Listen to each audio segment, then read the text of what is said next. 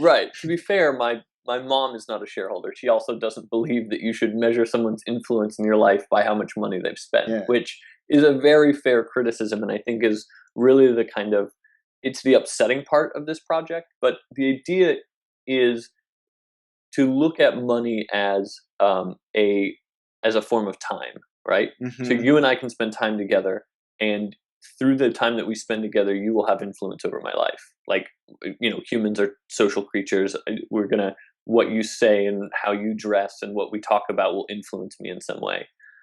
So if but while you're spending that time with me, you're not going out and earning any money potentially, Okay. right? Like, so yeah, so then it just kind of becomes a thing. Well, if money is time, why don't I let you go out and spend your time earning money in the best way that you know how, and I'll just value that time through this measurement that we have, which is money. So you can have that same amount of influence, and you can just buy it in the sense of buying these votes.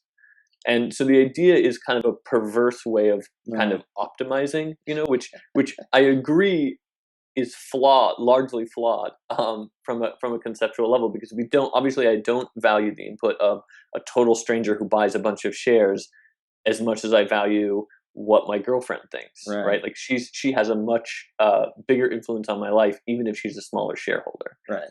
But in terms of KMikeyM, the person, when it all comes down to measuring those votes, then that's the point at which they are equal, and that's where it Right. gets really interesting and strange.